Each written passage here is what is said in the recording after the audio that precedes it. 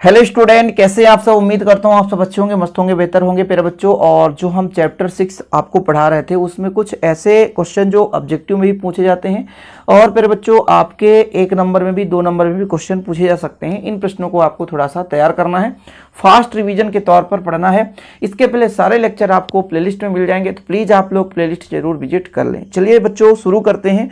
जब किसी कुंडली से बद्ध चुंबकीय फ्लक्स में परिवर्तन होता है तो क्या सदैव विद्युत वाहक बल प्रेरित होता है? जी हाँ, देखो फैराडे ने बताया कि जब चुंबक और कुंडली के बीच आपेक्षिक गति होती है तो कहीं ना कहीं कुंडली में चुंबकीय फ्लक्स के मान में परिवर्तन होता है, जिससे प्रेरित धारा उत्पन्न हो जाती है, अर्थात विद्युत वाहक बल उत्पन्न हो जाता है।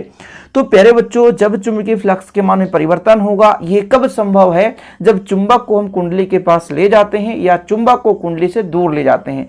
इस स्थिति पर कुंडली में एक विक्षेप उत्पन्न होता है, एक चुंबकीय फ्लक्स के मान में परिवर्तन होता है, और यदि चुंबकीय फ्लक्स के मान में परिवर्तन हो रहा है तो सदैव विद्युत वाहक बल प्रेरित होगा। ये 100% गारंटी है।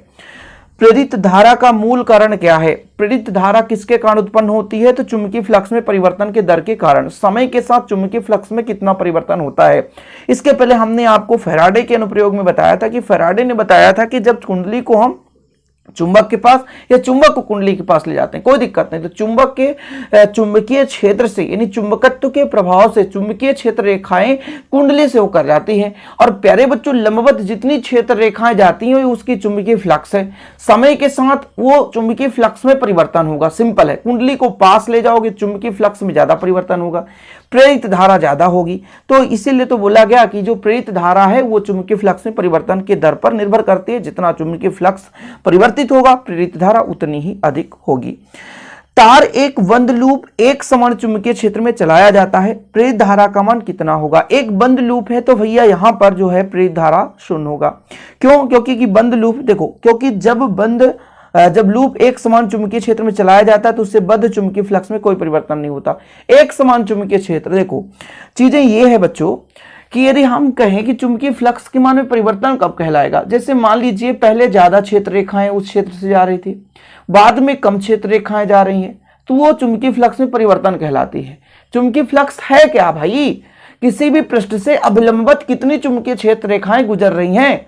चीजें तो आपको समझना पड़ेगा कि मैं कहना क्या चाहता हूं। किसी भी पृष्ठ से अभिलंबवत कितनी चुंबकीय क्षेत्र रेखाएं गुजर रही हैं, तो जितनी चुंबकीय क्षेत्र रेखाएं गुजरेंगी चुंबकीय फ्लक्स है। यदि एक समान चुंबकीय क्षेत्र है, मतलब ऑल टाइम उस पृष्ठ से एक समान चुंबकीय क्षेत्र रेखाएं जा रही हैं, तो फ्लक्स में कोई परिवर्तन ही नहीं हो रहा है। तो यदि चुंबकीय फ्लक्स में परिवर्तन नहीं होगा, क्योंकि एक समान चुंबकीय क्षेत्र है, एक समान चुंबकीय क्षेत्र में चुंबकीय फ्लक्स में परिवर्तन नहीं होगा, चुंबकीय फ्लक्स होगा, कुल बल रेखाओं की, कुल क्षेत्र रेखाओं की संख्या को ही हम चुंबकीय फ्लक्स कहते हैं। तो चुंबकीय फ्लक्स तो होगा लेकिन उनकी संख्या में परिवर्तन नहीं होगी, तो भाई साहब चुंबकीय फ्लक्स में परिवर्तन नहीं होगा और इस स्थिति में जो प्रेरित धारा होगी वो 0 होगी। ओके, चलिए, प्रेरित विद्युत वाहक बल को विरोधी विद्युत वाहक बल क्यों कहा जाता है? अच्छा, हमने लेंज का नियम बताया था कि लेंज ने बताया कि जो प्रेरित धारा की दिशा इस प्रकार होनी चाहिए कि जिसके कारण ये धारा उत्पन्न हुई है ना, उसी का ये विरोध करे। समझ रहे हो? तो भाई साहब ये विरोध करता है। जैसे चुंबक को कुंडली के पास लाते हैं तो कुंडली में प्रेरित धारा उत्पन्न होती है, वो धारा उस चुंबक का ही विरोध करती है। जैसे एन ध्रुव आ रहा है ना, तो एन ध्रुव की भांति ही कुंडली काम करने लग जाती है। ऐसी स्थिति में विरोध कर रही होती है। समझ रहे हैं? तो प्रेरित विद्युत वाहक बल के कारण उत्पन्न प्रेरित विद्युत धारा उस कारण का विरोध करती है जिस कारण वो स्वयं उत्पन्न हुई हो। ओके, चलिए, भंवर धाराओं की खोज किसने की? तो फोको नामक वैज्ञानिक ने भंवर धारा की खोज की। बच्चों, क्या विशुद्ध प्रेरक कुंडली बनाना संभव है? क्या बताओ, जिसमें बिल्कुल प्रतिरोध ही ना हो? क्या ऐसा संभव है? बिल्कुल संभव नहीं है भाई साहब। विशुद्ध प्रेरक कुंडली संभव नहीं है। समझ रहे हैं? क्योंकि कहीं ना कहीं कुंडली का कुछ ना कुछ प्रतिरोध अवश्य होगा बच्चों, इसलिए ये आपका विशुद्ध प्रेरक कुंडली बनाना संभव नहीं है। उम्मीद करता हूं इतने क्वेश्चन तो आपको समझ में आ गए होंगे। चलिए अगले क्वेश्चन पर चलते हैं। धातु की कुंडली को एक समान चुंबकीय क्षेत्र में स्थिर रखा गया है, क्या उसमें प्रेरित विद्युत वाहक बल उत्पन्न होगा? धातु की कुंडली को एक समान चुंबकीय क्षेत्र, ध्यान रखना, जब एक समान चुंबकीय क्षेत्र की बात आ जाएगी, मतलब चुंबकीय क्षेत्र रेखाएं एक समान रूप से हैं, उनकी संख्या में कोई परिवर्तन नहीं होता, और चुंबकीय क्षेत्र रेखाओं में परिवर्तन नहीं होगा तो चुंबकीय फ्लक्स में परिवर्तन बच्चा लोग नहीं होगा, और चुंबकीय फ्लक्स में परिवर्तन नहीं होगा तो विद्युत वाहक बल प्रेरित नहीं होगा।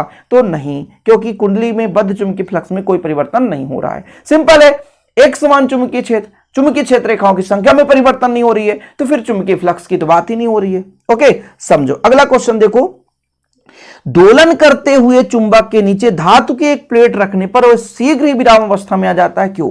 आपको मैंने पढ़ाया भंवर धारा। अब कुछ बच्चे कहेंगे सर मेरे ही सिलेबस में तो भंवर धारा हट गया है, चले आएंगे कमेंट करने। बच्चों एक चीज समझो, ये जो मैं सिलेबस करा रहा हूं पूरे एनसीईआरटी पैटर्न पर ऑल क्वेश्चन करा रहा हूं, क्योंकि अदर स्टेट के भी बच्चे हमारे साथ जुड़े रहते हैं जिनको दिक्कत ना हो सके भाई ऐसे क्वेश्चन को सॉल्व करने में। भाई देखो कीड़े भी आ रहे हैं इस कहानी को सुनने के लिए भंवर धारा। चलो भाई साइड हो जाओ, नहीं तो तुम खत्म हो जाओगे। चलो, दोलन करते हुए चुंबक के नीचे धातु की प्लेट रखने पर प्लेट में भंवर धारा उत्पन्न हो जाती है, जो लेंज के नियम अनुसार, ये भंवर धारा भाई साहब प्रेरित धारा ही है ना, वो चुंबक का ही विरोध करेगी, इसलिए शीघ्र विरामावस्था में आ जाती है।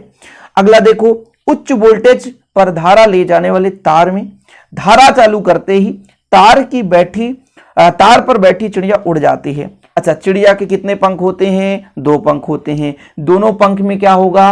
प्रेरित धारा उत्पन्न होगा, जो एक दूसरे का विरोध करेगा और पंख क्या होगा? फैल जाएगा। देखो, तार में धारा प्रवाहित करते ही चिड़िया के शरीर में प्रेरित धारा बहने लगती है। कौन सी धारा? प्रेरित धारा बहती है।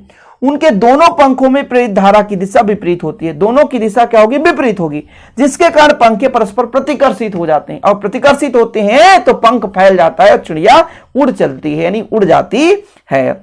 चलिए फटाफट अगला क्वेश्चन पर चलते हैं। विस्फोटक पदार्थ ले जाने वाले ट्रक से एक जंजीर बंधी रहती है।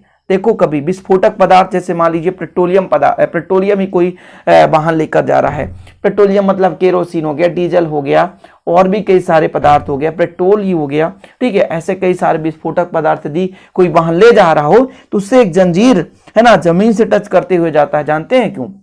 क्योंकि जब गति करता है तो गति के दौरान उसकी धुरी पृथ्वी के चुंबकीय क्षेत्र रेखाओं को काटती है, ठीक है। चुंबकीय क्षेत्र भाई पृथ्वी क्या है? चुंबक है, और इससे भी चुंबकीय क्षेत्र रेखाएं निकलती हैं, तो चुंबकीय क्षेत्र रेखा को काटेगी। सिंपल है भाई, मान लीजिए आप चल रहे हो ना, तो चुंबकीय क्षेत्र रेखाएं हर जगह है पृथ्वी की, तो चुंबकीय क्षेत्र रेखाओं की यदि काटेगी तो चुंबकीय फ्लक्स में परिवर्तन होगा कि नहीं, जिससे उसके बॉडी पे प्रेरित धारा उत्पन्न होगी कि नहीं होगी? हाँ भाई साहब, प्रेरित विद्युत वाहक बल उत्पन्न हो जाता है, जिससे वो जो प्रेरित आवेश जो भी उत्पन्न हो रहा होता है वो जंजीर से कहां चला जाता है? नीचे चला जाता है, जिससे क्या है? विस्फोटक पर आग लगना से सुरक्षा बच जाता है। मान लीजिए घर्षण से ही उसमें धारा बहने लग जाए, चिंगारी उत्पन्न हो जाए, आग लग जाए, इससे बचने के लिए ऐसा किया जाता है।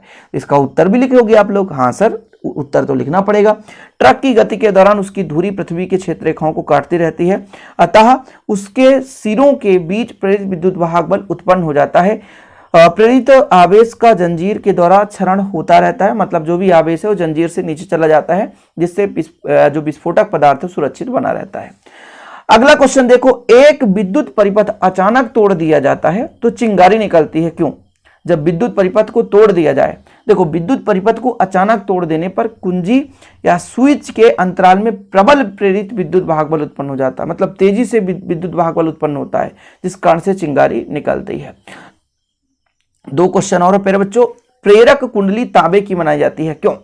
देखो, प्रेरक कुंडली का जो ओमी प्रतिरोध होता है बहुत ही कम होता है, अतः चुंबकीय फ्लक्स में परिवर्तन होने पर प्रबल प्रेरित धारा प्रवाहित होती है। क्यों बनाया जाता है प्रेरक कुंडली की तांबे की? तो ये देख लो, उत्तर लिखा है क्योंकि भाई साहब इसमें चुंबकीय फ्लक्स में परिवर्तन ज्यादा होता है और प्रबल प्रेरित धारा प्रवाहित होती है। चुंबकीय फ्लक्स में परिवर्तन होगी, जितना ज्यादा होगी उतना ही धारा उत्पन्न होगी, सिंपल है। अगले नंबर पर चलते हैं।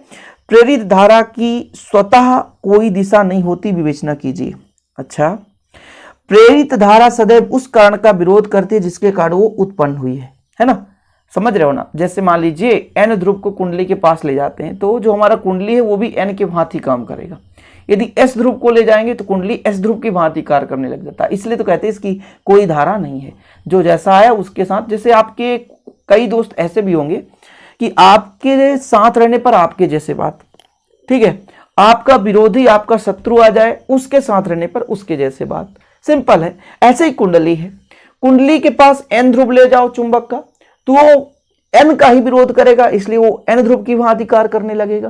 कुंडली का यदि उसे एस ध्रुव ले जाओ, सॉरी चुंबक का यदि एस ध्रुव कुंडली के पास ले जाओ तो फिर प्यारे बच्चों वो जो कुंडली है एस ध्रुव की भांति कार्य करेगा, क्योंकि वो जिसके कारण उत्पन्न हुआ है वो उसी का विरोध करेगा। लेंज के नियम के आधार पर प्रेरित धारा की दिशा इस प्रकार होती है कि वो उसी का विरोध करती है जिसके कारण उत्पन्न हुई है, सिंपल है। मतलब हम यदि चुंबक केंद्र ध्रुव को ले जा रहे हैं कुंडली के पास, तो कुंडली भी कहता मैं उसी प्रकार से बहूंगा, मतलब मेरी धारा की दिशा इस प्रकार से होगी मैं तेरा विरोध कर सकूं, क्योंकि मैं तू तेरे से उत्पन्न तो नहीं। कहते हैं कि आप किसी को बढ़िया सजा दो, अच्छा से काम करा दो उसका, और बेहतरीन रूप से थोड़ा सा 2 पैसे कमाने लग जाए, अंत में आपको ही वो भूल जाता है। और ऐसे ही होता है, किसी का आप यदि हित करोगे बच्चों, तो भगवान उसका आपका है मतलब देखता है और उसके बदले आपको कुछ ना कुछ देगा। लेकिन इंसान तो कोशिश यही करेगा कि यार हम तो अब खुद ही डान हो गए। कई सारे तो ऐसे बच्चे भी निकल जाते हैं बच्चों, पढ़ लेते हैं। टीचर क्या होता है, चाहे वो 5वीं में आप पढ़े हो, लेकिन हर एक टीचर अपने अपने जीवन में काफी महत्वपूर्ण स्थान रखता है। क्योंकि जिस लेवल में प्यारे बच्चों, यदि आप 5वीं क्लास में किसी टीचर से पढ़े हो, तो वो भी एक टीचर ही है। भले आज उनका ज्ञान आपसे कम है, क्योंकि आप IIT जाकर कर लिए, वह इतना बड़ा ज्ञान ले लिए, तो ऐसा नहीं है कि वो आपके जीवन में उनका अस्तित्व खत्म हो गया।